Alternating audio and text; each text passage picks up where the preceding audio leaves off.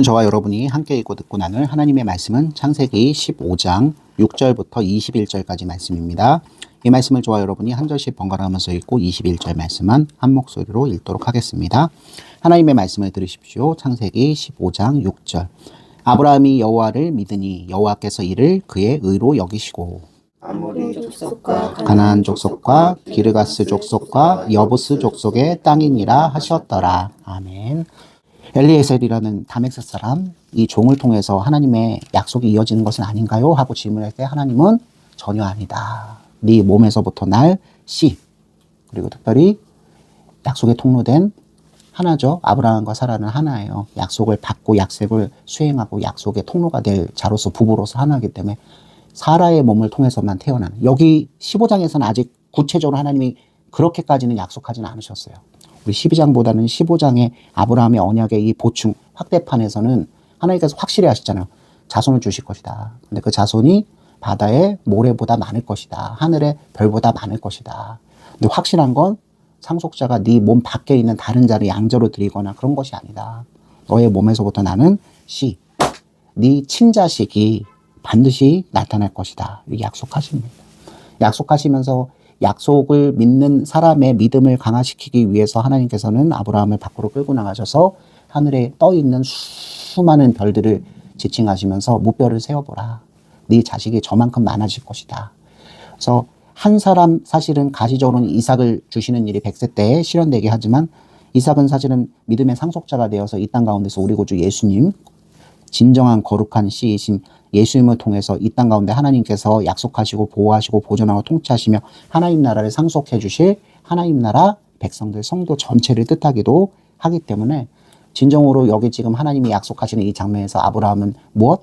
믿음의 조상, 믿음의 선진으로서 하나님께서 지금 그것을 약속하시고 이루어 주실 것임을 하늘에 떠 있는 무별의 숫자를 통해서 이제 확실히 약속해 주시죠. 여기서 이제 아브라함의 믿음이 발생한 거예요.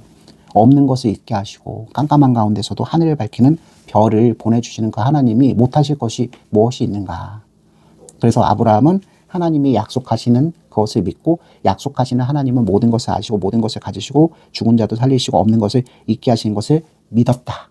그래서 창세기 기자는 그 아브라함의 믿음은 바로 무엇을 믿었다? 하나님의 약속을 믿고 하나님의 존재 자체를 믿는, 이게 바로 무엇이다? 성경적인 기독교적인 의다. 하나님이 말씀하시면 반드시 이루어진다.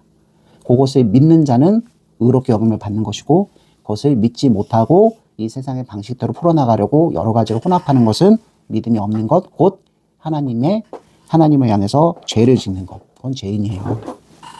또 창세기 15장 이 6절 말씀이 사실은 신약성경 로마서와 갈라디아서에서 다시 한번 바울의 입술을 통해서 오늘날 믿음이 무엇인지를 고민하는 자들에게, 믿음은 내 의지도 아니고 내 눈 앞에 보이는 것이 확실하기 때문에 그것을 부여잡고 앞으로 전진하는 것도 아니다. 눈에 보이지 않지만 이 세상을 지으시고 보존하고 통치하시고 약속하셔서 구속을 실행하시는 예수님을 우리에게 보내주신 그 하나님 말씀을 믿고 하나님의 능력을 믿는 그것이 의다. 그래서 오늘 말씀도 우리가 지난 시간 겹치긴 하지만 창세기 6절부터 시작을 하는 겁니다. 하나님께서 아브라함의 반응을 보신 거죠. 무별을 세워보라고 말씀하셨을 때 그 아브라함의 마음 가운데서 하나님을 믿는 믿음이 더욱더 커진 것을 보시고 이 아브라함을 의롭게 여기신 하나님께서 정말 마음에 드는 자식을 보시는 그 심정으로 7절 말씀입니다. 아브라함이 질문을 할 수밖에 없는 또 한 가지 약속의 표징을 먼저 하나님이 아심으로 이렇게 말씀하세요. 나는 이 땅을 내게 주어 소유를 삼게 하려고 너를 갈대아인의 우르에서 이끌어낸 여호와니라. 내가 자손만 준다 그러지 않았지? 나는 너에게 무엇도 땅떼기도 줄 것이다 라고 약속했었지? 라고 하나님이 먼저 운을 떼세요. 사실은 아브라함은 상속자에 이어서 하나님, 제 상속자가 반드시 생겨난다 그러는데 그 약속의 표징을 주세요. 그래서 하늘의 무별을 표징을 주신 거잖아요. 두 번째는 이제 아브라함이 질문하시고 하나님께서 다 아시니까 땅에 대해서 다시 물어볼 것이 확실하니까 그 땅에 대해서, 주실 땅에 대해서도 증표를 주십시오. 무엇을 통해서 그 약속이 확실한 걸 입증하실 수 있습니까? 그 질문을 아시기 때문에 여호와 하나님께서 먼저 내가 너를 갈대아 우르에서 불러낸 것은 바로 땅을 주고 그 땅을 다스릴 자손을 주기 위함이다 하고 먼저 접근하셨어요. 그랬을 때 이제 아브라함이 너무 자연스럽게 8절 말씀에서 하나님, 내가 이 땅을 하나님으로부터 소유로 받을 것이라는 약속을 지금 벌써 3번 이상을 받습니다. 오늘도 갈대우르에서 너를 불러낸 것을 땅을 주기 위해서다라고 말씀하시는데 결국 왕국을 세우기 위함이다. 하나님 나라의 초석이 너로부터 시작되는 것을 약속하시는데 제게 약속만 하시지 말고 증표를 주십시오. 그렇죠? 그래서 8절 말씀 끝부분에 주 여호와여 내가 이 땅을 소유로 받을 것이 무엇으로 알릴까? 그래서 하나님께서는 아브라함이 무엇? 약속의 증표를 요구하는구나. 불의하게 생각하지 않으셨어요. 여러분 우리 구원의 증표로서 예수님께서 십자가 위에서 죽으시면서 흘리신 물과 피가 오늘날도 우리들을 깨끗하게 하고 유일한 증거가 되는 것처럼 사람에게는 하나님의 구원의 약속, 약속의 증표가 반드시 필요한 것입니다. 아브라함을 불의하게 여기실 필요는 전혀 없어요. 오히려 하나님의 약속을 믿고 그 길을 따라가기 위해서는 더 확실한 것이 필요합니다 하고 투쟁하여서 하나님 앞에 의로운 질문을 하는 과정이 여러분 인생 가운데서도 반드시 있어야 돼요. 다른 것으로 발견하시지 말고 물론 우리 믿음이 연약할 때는 하나님께서 지금 자리에서 정말로 우리 잊고 먹고 마시는 것을 간섭하셔서 도와줄 수 있으세요. 근데 그것들이 끊어지고 우리 삶이 핍절해지고 고난이 더 많은 상태에서는 그것이 없어질 때는 우리가 구원받았다고 생각하지 못하고 하나님께 버림받았다 생각해서 더 자라나지 못하는 것이 실정인데 도리어 하나님 말씀을 펼쳐보면 진짜 구원의 증거는 미약하고 연약한 자들을 먹고 있게 마시고 하실 정도가 아니라 이 땅 가운데서는 우리 삶이 끝날 터인데 그 끝나는 삶 가운데서 지은 죄 모두를 사하여 주시고 새 나라 가운데서 영원한 생명을 주셔서 그 나라 가운데서 함께 통치하며 하나님을 섬기는 그것을 약속하시는 거예요. 이게 성경이 아닌 다른 것으로는 발견할 수 없는 거예요. 여러분들이 치성을 드리고 기도회를 열고 여러분들이 봉사를 하고 헌신을 한다고 해서 하나님 나라의 영원한 비밀, 영생의 비밀, 하나님 나라의 상속에 대한 비밀을 여러분들이 직통계시하셔서 하나님한테 받는 것들이 아니란 말씀이에요. 오직 기록된 성경 말씀을 통해서 하나님 나는 젖먹이에 불과한 아이이기 때문에 내게 필요한 것을 부어주시고 내 미약한 성품을 보완해 주셔서 내가 사람들 가운데서 활동하게 해주시고 이런 일반 은총을 주실 뿐만 아니라 진짜 중요한 무엇? 일평생 살면서 죄와 부패와 타락의 시스템 가운데서 헤어나오지 못하며 나 또한 죄인이 되어서 하나님 앞에 심판받아야 될 그 되지 않은 운명을 하나님께서 예수님을 통해서 사면해 주시고 바꿔주신다고 하시는 그 약속은 오직 성경을 통해서만 만나게 되는 것이죠. 여러분 절대로 다른 것으로 예언을 받는다, 기도를 받는다, 어떤 활동을 한다. 그것은 오히려 무엇이라고 했죠? 하나님 백성된 칭이 된 자로서 거룩한 길을 걸어가는 과정 속에서 하나님께서 우리에게 주신 것에 대한 감사로 얼마든지 기도할 수 있고 얼마든지 헌신할 수 있고 얼마든지 봉사할 수 있고 그죠? 얼마든지 우리가 표현할 수 있는 거예요. 이 두 가지 기둥을 잘못 이해하면 우리가 믿음으로 의롭게 여김을 받는 게 아니라 결국 행함으로 의롭다 여김을 받는 쪽을 우리가 스스로 선택하는 꼴이 되는 거니까 조심하셔야 합니다. 다시 본문 말씀으로 돌아오면 약속의 증표가 필요하니 그래 아브라함아 좋아. 9절 말씀, 10절 말씀, 11절 말씀 보시면 나오는데요. 지금부터 내가 너한테 명령하는 것을 준비해라. 무엇을 준비하라고 하셨습니까? 3년 된 양, 암소, 3년 된 암염소, 3년 된 수양, 그리고 산비둘기, 집비둘기, 새끼 가져오라. 그리고 모든 것을 가져다가 그 중간을 정확하게 쪼개라. 좌우 대칭으로 쪼개라. 좀 끔찍하죠. 그죠? 반으로 쫙 갈르니까는 쫙 갈라지면 내장부터 시작해서 피부터 시작해서 선혈이 낭자한 상태. 여러분 무엇이 연상될 수밖에 없죠? 앞으로 우리가 하나님 앞에서 우리 죄에 따라 심판받는 모습을 염두에 둘 수밖에 없어요. 죄인인 우리가 하나님 앞에 쓸 수가 없다. 죄인은 그 죄값을 다 치러야 하나님 앞에 설 수 있다. 나를 대신해서 무엇? 동물에게 우리 죄를 전가하여 하나님 앞에 서라는 뜻. 그래서 나중에 오늘도 이제 약속이 되지만 이집트 가운데 애국 가운데서 하나님께서 복을 내려주셔서 은혜를 내주셔서 출애굽 경험을 한 다음 가나안으로 이스라엘 백성들이 정주하게 되면 드디어 그 성막 가운데서 희생제사를 드리면서 하나님 앞에 나가게 되잖아요. 그 희생제사가 여기에서부터 사실 예표가 된 것입니다. 네가 본래는 무엇에 불과하다? 죄인에 불과하다. 너 또한 아브라함 또한 네가 아무리 나의 은혜를 많이 받아서 그 가치관과 인격의 변화가 뚜렷하다 할지라도 너는 여전히 무엇? 아담의 자손으로서 죄와 부패와 타락 가운데서 얼마든지 범죄하여 나를 반대하고 멀리 떨어져 나갈 수 있는 무엇에 불과하다? 사람에 불과하다. 그런 사람인 너와 내가 특별한 약속을 체결하기 위해선 네 자신이 어떻게 해야 된다? 죄인인 것을 깨닫고 제물을 바쳐야 한다. 여러분, 사실은 이것은 모형에 불과한 것이죠. 진짜 우리 죄를 대신해서 십자가 위에서 죽으실 그리스도 메시아가 오시면 이러한 동물로 희생제사 드리는 것들은 어떻게 된다? 완전히 사라지는 거예요. 반복적으로 필요에 따라서 죄를 지었을 때마다 드렸던 희생 제사와 제물들은 예수 그리스도 그분이 십자가 위에서 죽으신, 단번에 죽으신 그 영원한 효력의 피와 물 때문에 사라지게 되는 거예요. 오늘날은 그래서 절대로 우리가 희생 제사 같은 것을 드리지 않습니다. 심지어는 유교적 제사도 여러분 다시 생각하셔야 돼요. 여러분들이 고사 지내는 것도 다시 생각하셔야 되고요.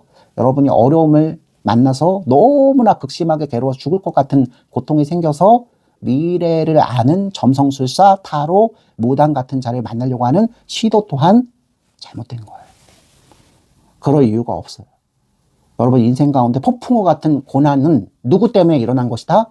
하나님 때문에 일어난 것이고, 그 폭풍우 같은 고난 가운데서 하나님께서 우리를 아프고 힘들게 하신 이유는 딱 하나밖에 없어요. 바로 무엇?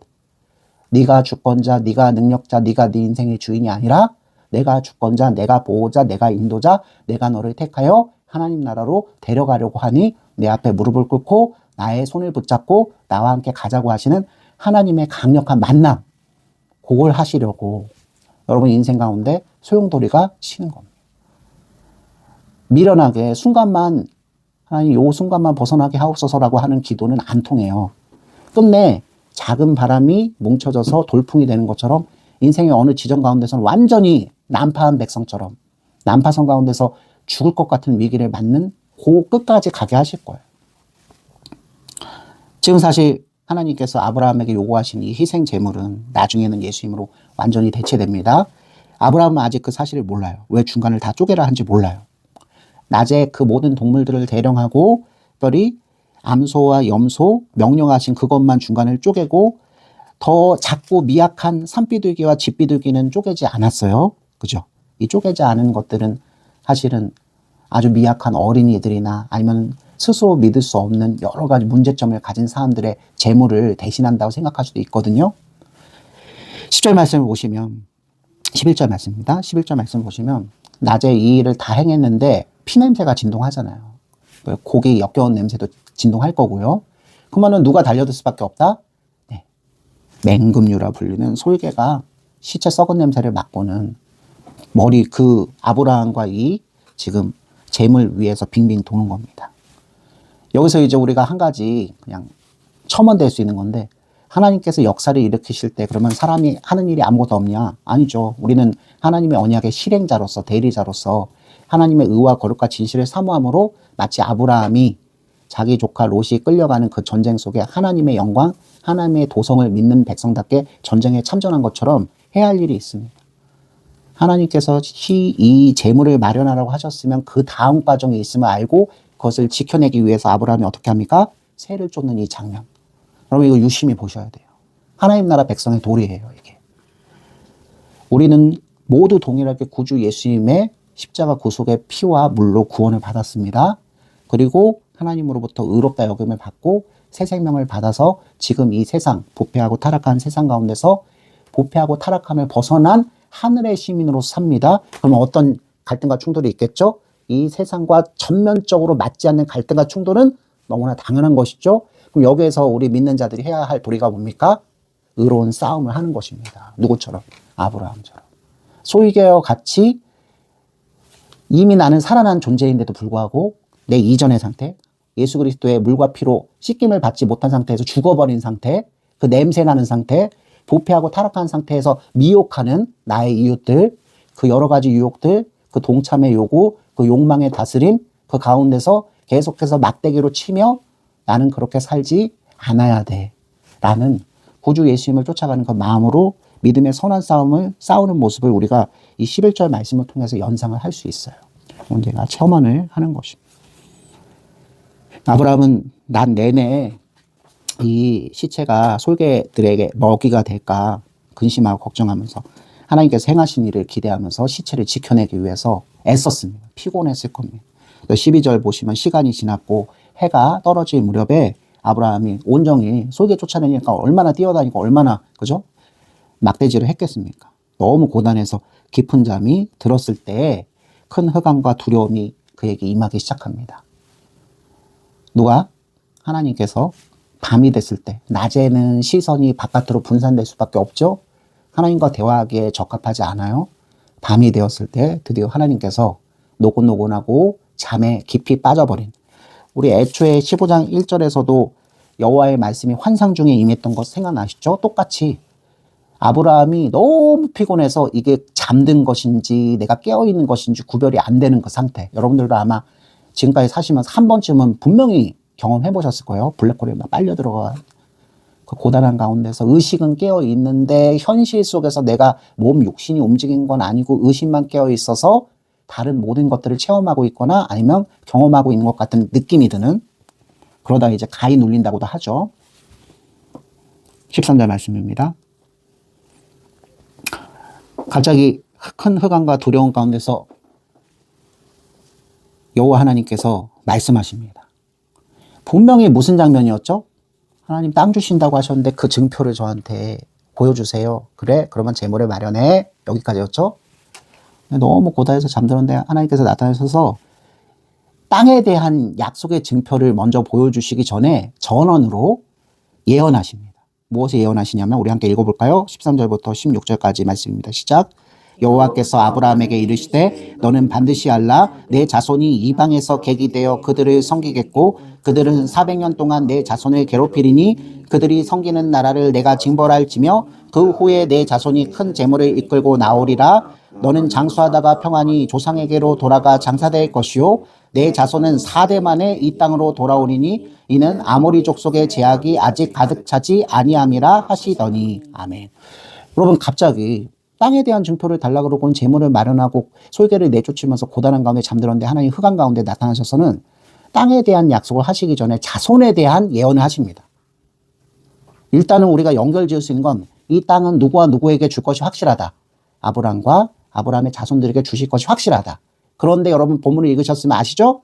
지금 당장 즉시가 아니라 몇 년 후에 16절 4대 만에 이 땅에 돌아오리니 13절 그들은 400년 동안 내 자손을 괴롭히리니. 여러분 정리하면 무슨 얘기죠? 4대 400년 후에 주시겠다.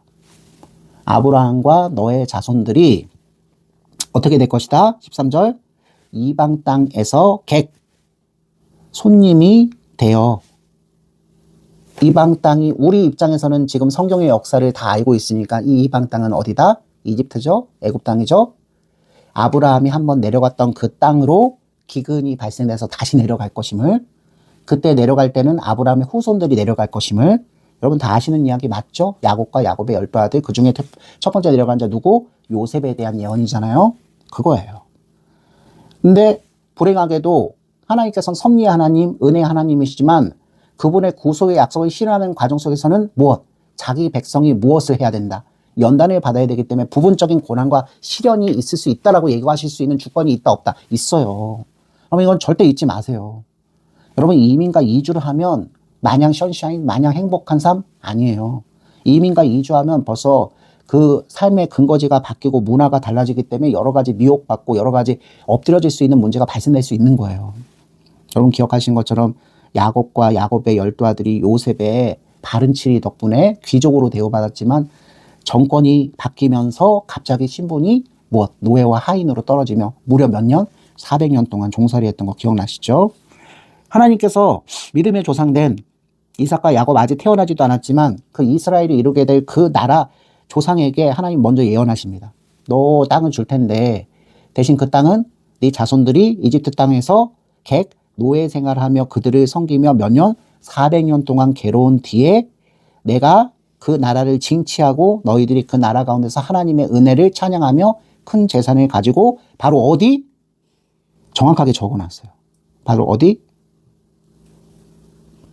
16절 4대 만에 이 땅으로. 이 땅은 어디입니까?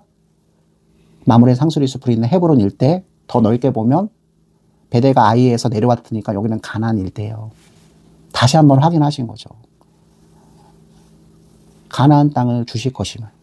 그냥 주지 않고 더 구체적으로 말씀하셨어요.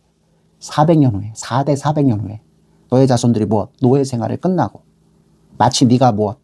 애굽 땅에 내려가서 네 아내를 팔아넘기며 위기를 자초했을 때 내가 은혜 부어줌으로 다시 가나안 땅으로 돌아온 것처럼 너희 자손들은 4대 400년이나 그 일을 겪을 것이다.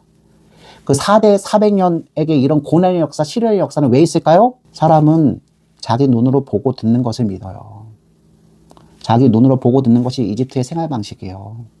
그런데 그 가운데서 귀족으로 생활하다 정권이 바뀌며 모든 것을 뺏기고 노예로 전락되어서 아무 소요도 없이 진흙과 볏짚으로만 벽돌을 만들되는 생활을 해야 되잖아요. 그때 비로소 어떻게 될까요?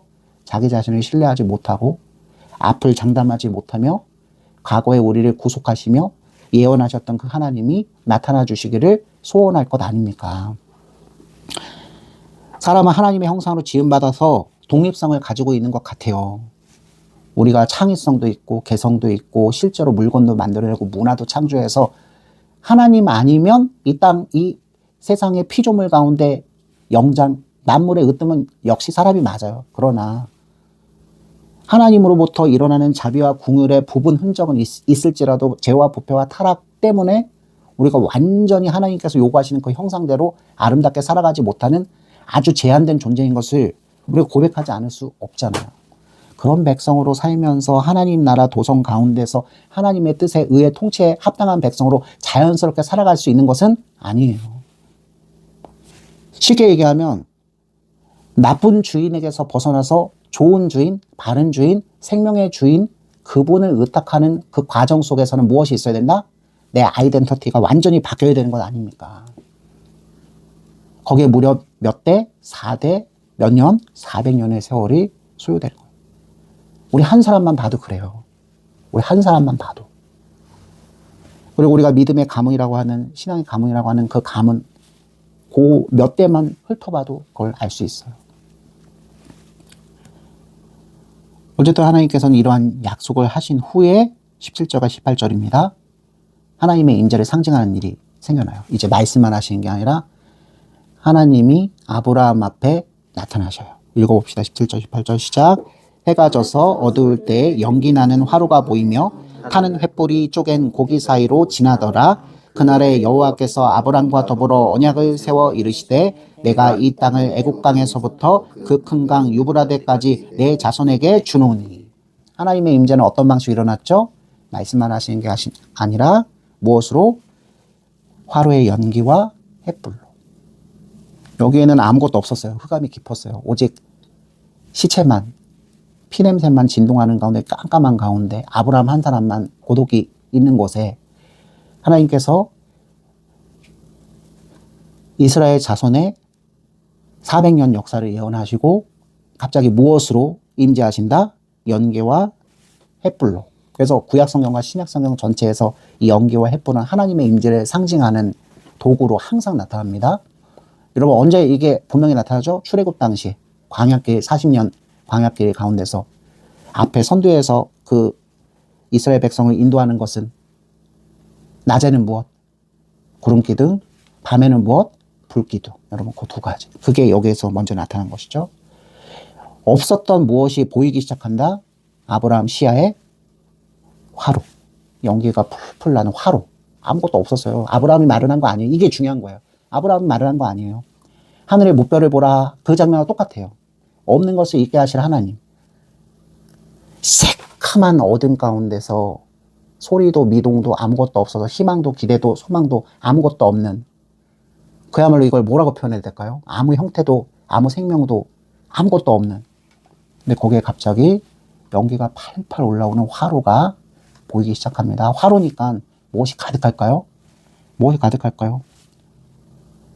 불이 가득하겠죠. 뭐 숯불이 가득하든지. 그러니까 연기가 올라오는 거 아니에요. 그런데 이게 갑자기 화로에서 연기 나오는 장면에서 끝나는 게 아니라 그 화로 가운데서 한 불빛이 공중으로 떠오르는 겁니다. 하나님은 충분히 사람인 우리들 앞에 증표를 보이시기 위해서 역사하셔요.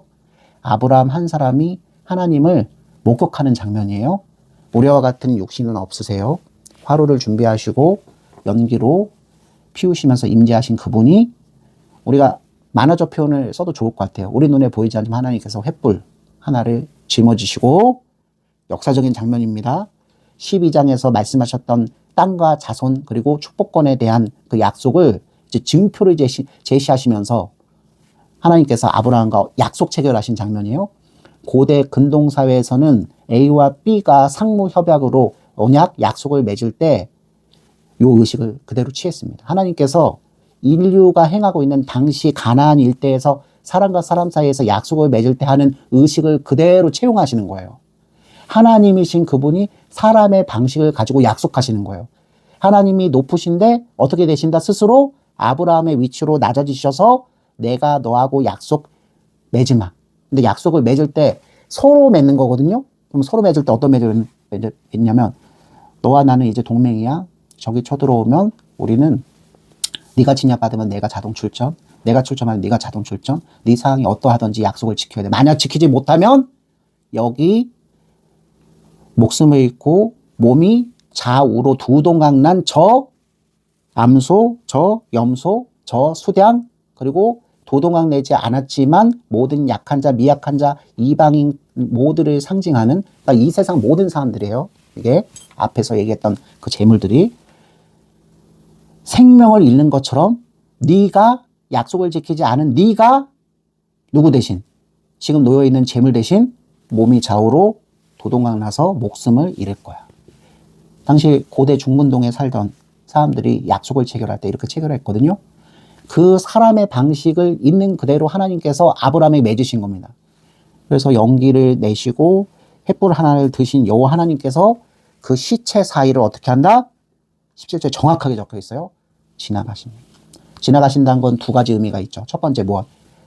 아브라함의 여호와 하나님을 믿는 의를 거룩하게 여기시고 약속의 증표를 요구하시는 아브라함이 바친 재물을 연락하신다. 나는 너의 하나님이다 라는 표현이에요. 네가 바친 재물을 내가 연락했으니 이제부터 이 약속을 책임질 자는 네가 아니라 누구다? 나야. 참 특이한 건 세상 사람들의 약속은 쌍무적이잖아요. 근데 하나님 나라의 거룩한 약속은 애초에 미련하고 미약하고 의지가 부족하고 그죠? 능력도 없는 사람들에게 그것을 요구하시지 않고 다만 무엇? 믿기만을 바라시며 나만 믿고 나만 바라보면 내가 너와 동행하여 이룰 역사를 너는 보고 기뻐하고 감탄하고 찬양하라는 뜻으로만. 그래서 하나님께서 직접 사람이 되셔서 쌍무협약 맺는 요 한편 양쪽으로 약속의 의무가 다인데 아브라함 너는 불의해서 넘어질 수도 있고 그죠? 아내를 다시 한번 누이라고 속일 수도 있고 네 몸에서 날 씨라고 얘기하니까는 사라는 늙어서 안 되니까 다른 젊은 여자를 취하면 어쨌든 씨는 네 거니까 바로 16장 이야기예요. 그리고 요즘 세상에도 이러한 가정들이 많거든요. 태문을 닫으신 하나님 앞에 구하기보다는 자신이 할 수 있는 방법. 그래서 맨 처음부터 형제의 씨를 빌리거나 아니면 씨바지를 드리거나 과거에는 유전기술이 없었으니까 아니면 요즘 유전기술이 발전하니까는 무정자증에 시달리면은 정자은행을 찾아가거나 아니면은 임신하기 힘들어서 난자 배란이 잘 안 되는 아내와 함께 살면은 이제 그죠? 또 병원의 도움을 받아서 인공수정을 받거나 여러분 이런 것들이 죄된 것은 아니지만 1차적인 방법은 될 수 있다 없다? 없다라는 거죠. 하나님 앞에 충분히 시간을 두고 아버지 앞에 태문을 열어주실 것임을 간구하며 나갔을 때에도 되지 않을 때 아브라함과 똑같은 과정을 사실 거칠 수밖에 없어요. 하나님 혹시 우리들이 입양하시기를 바라십니까? 하나님 바라세요.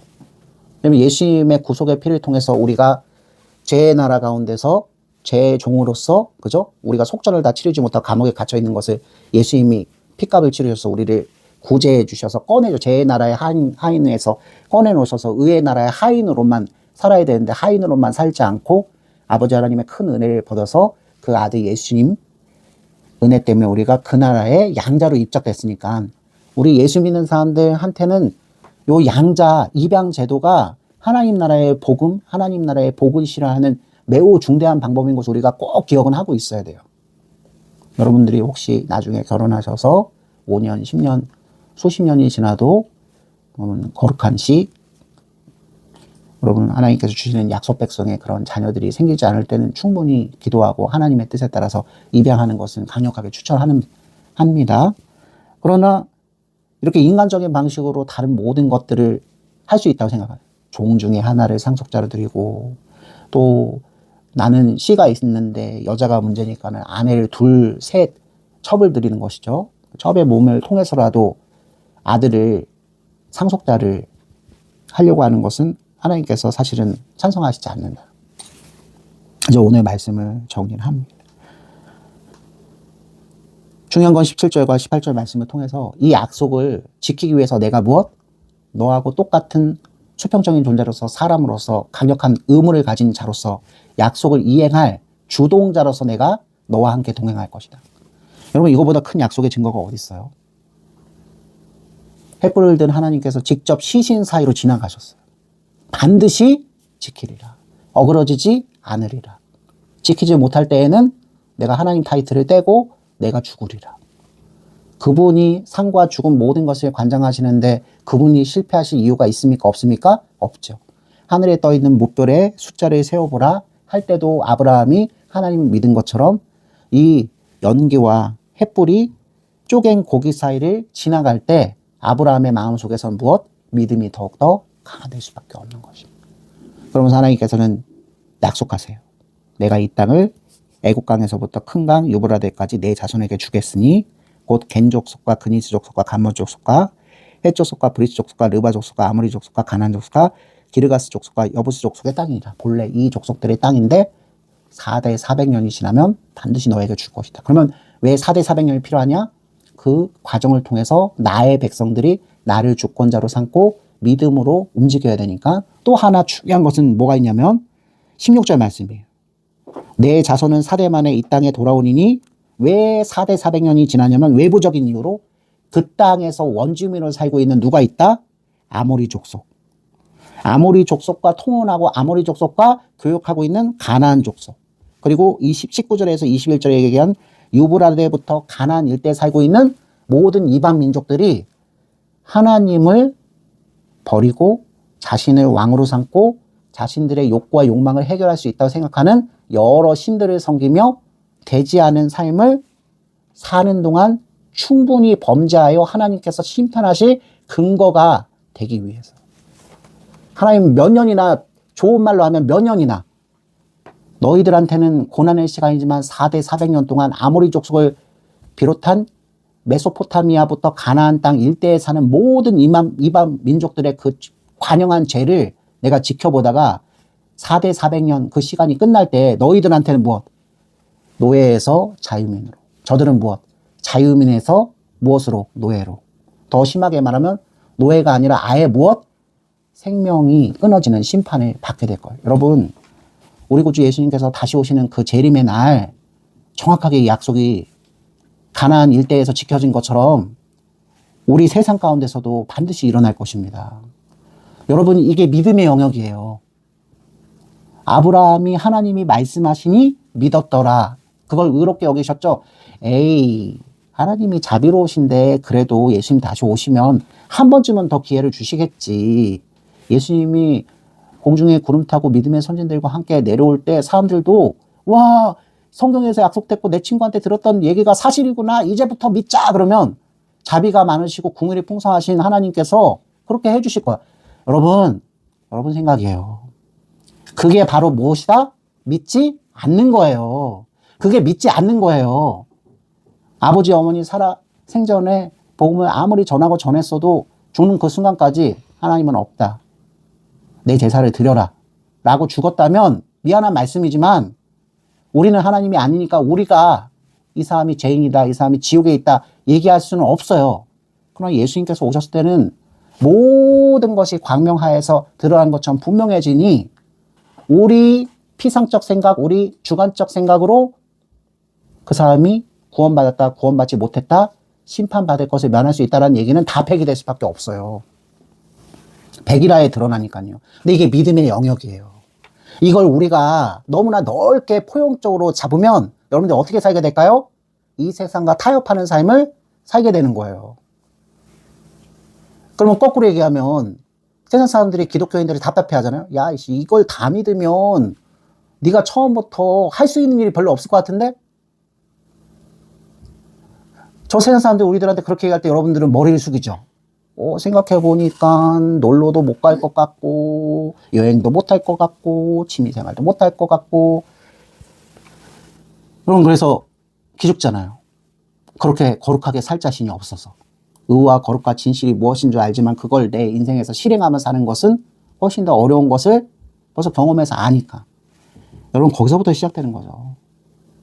아브라함의 인생을 보시면 아시잖아요.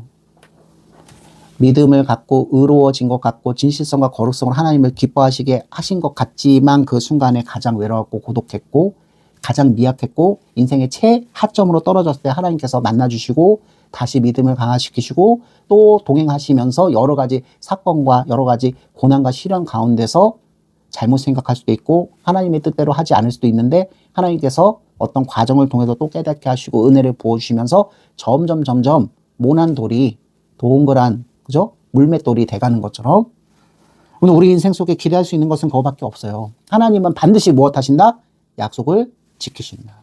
하나님이 택하셔서 하나님이 하나님 나라로 들이시기로 작정한 백성은 애초에 이 세상 사람들하고 다를 바 없는 죄와 부패와 타락성을 그대로 지니고 있지만 그가 예수님의 십자가 구속의 피값으로 산자가 된 이후에는 하나님의 각고의 애정을 부으심과 사랑을 부으심과 방패 되심과 상급 주심을 통해서 그가 점점 누구를 닮아가는 하나님의 유일한 독생자 예수 그리스도를 닮아가는 구약 성경에서 그걸 표상적으로 보여주고 있는 자는 아브라함이죠. 그리고 우리가 창세기 뒷부분에서 보면 더 알겠지만 야곱이라는 사람은 더 드라마틱해요. 요셉도 마찬가지죠. 전부 다 철부지예요. 자기밖에 모르는 사람.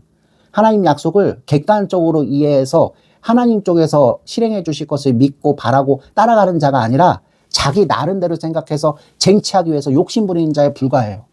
그럼에도 불구하고 하나님 편에서 일방적으로 약속하신 거예요. 내가 너를 택했고 내가 택한 백성이 나의 사랑과 나의 보호와 나의 징계를 받으면서 어떻게 이 세상 사람들과는 전혀 다른 성정과 성품을 가져 영원한 나라에서 살게 되는지 구주 예수님 다시 오시는 재림의 날에 그것을 믿지 않고 자기 나름대로 자기 소견대로 이 땅이 다라고 생각하면서 산 사람들이 슬피 울며 이를 갈게 만드실 것임을 믿어야 합니다. 이게 믿음이에요. 믿음을 너무 주관적이고 개인적이고 자기 환경적으로 이해해서 하나님 제가 이렇게 변호사가 됐는데 승승장구해야 하나님께 영광 돌리는 거 아닙니까?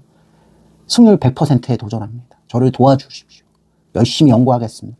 열심히 사랑으로 제가 변호해야 될 사람들을 그죠? 이해하겠습니다. 제가 이렇게 하겠으니 하나님께서는 사람이 할 수 없는 것으로 저를 도와주십시오. 여러분 그렇게 생각하시면 안 돼요. 그렇게 생각하시면 여러분이 하는 일, 여러분이 만나는 사람 가운데 모든 것이 술술술술 풀리는 것이 구원의 증표요? 강력한 증거라고 자꾸 생각하면서 여러분들 오리에 빠지는 것을 바라는 자는 누굴까요?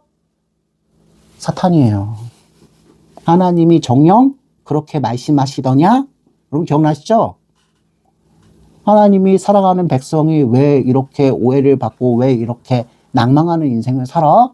하나님이 약속한 게 잘못됐던지 하나님이 능력이 없던지 최악은 뭐죠?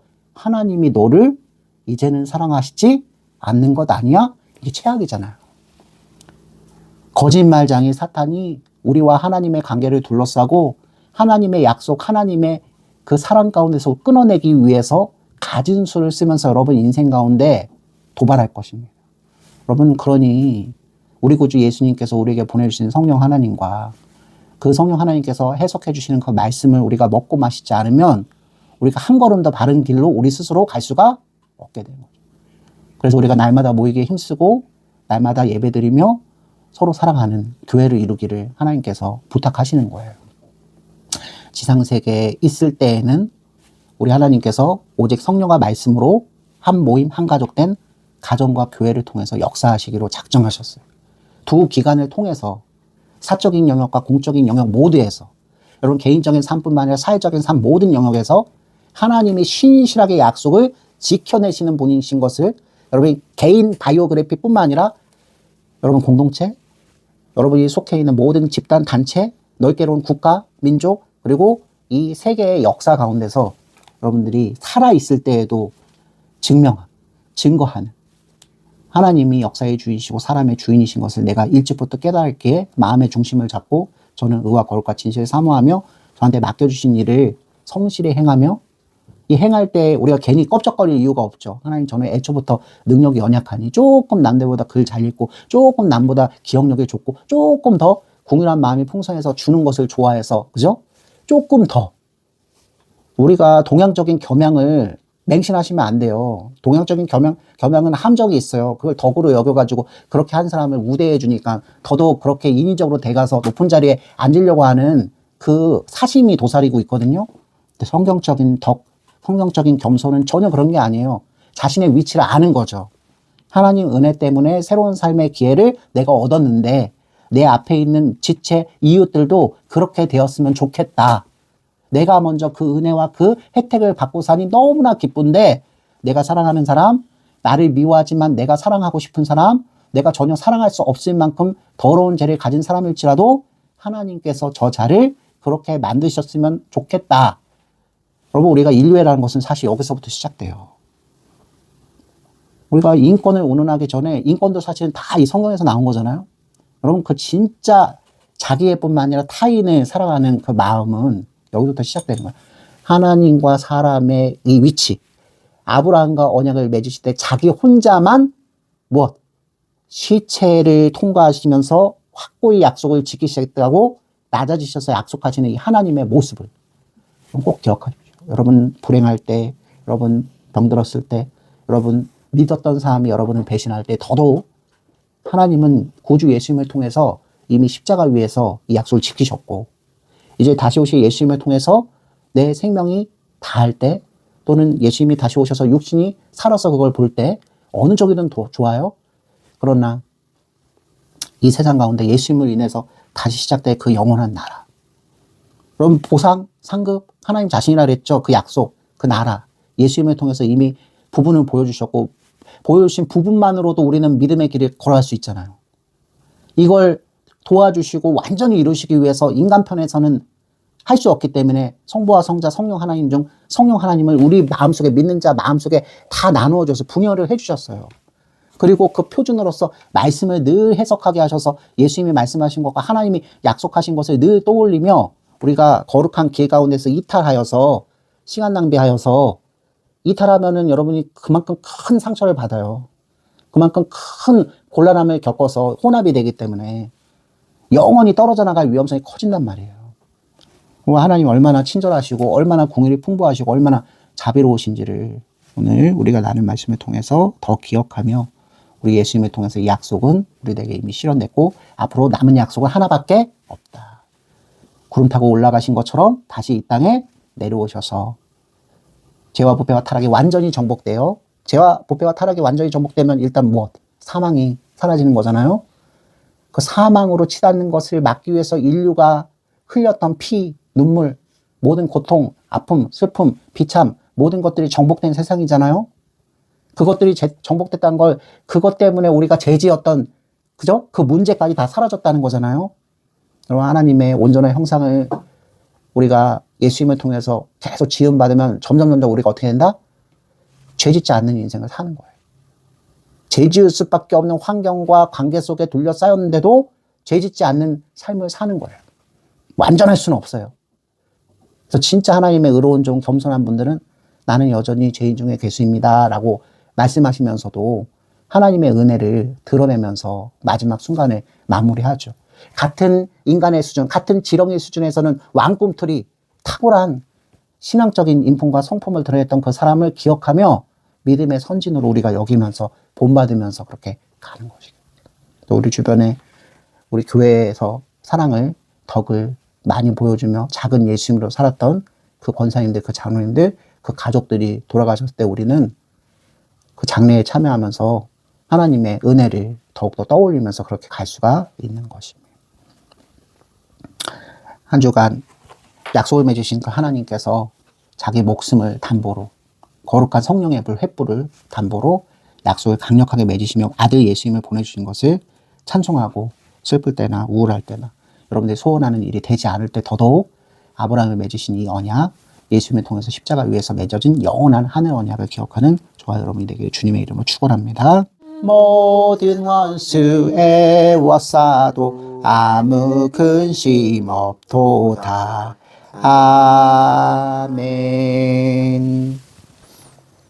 이제는 우리 주 예수 그리스도의 은혜와 하나님의 높고도 진실하신 사랑하심과 성령 하나님의 내주하심과 조명하심과 충만하여 주심이 오늘 말씀을 듣고 하나님께서 아브라함 한 사람에게 맺으신 그 약속이 오늘날 우리 구주 예수님을 통해서 완전히 대체되어 예수님이 우리를 위한 속죄제물이 되시고 예수님께서 우리 생명을 살리시기 위해서 죽음의 골짜기를 지나가셨다는 사실을 믿고 의지하고 그 예수님을 더욱더 사랑하며 하나님 나라 약속을 믿으며 의의 길, 거룩의 길, 진실의 길, 믿음의 선한 싸움 하기를 소망하는 우리 모든 하나님의 나라 백성들의 머리 위에 이제로부터 영원까지 항상 함께 계실지어다. 아멘. 아멘.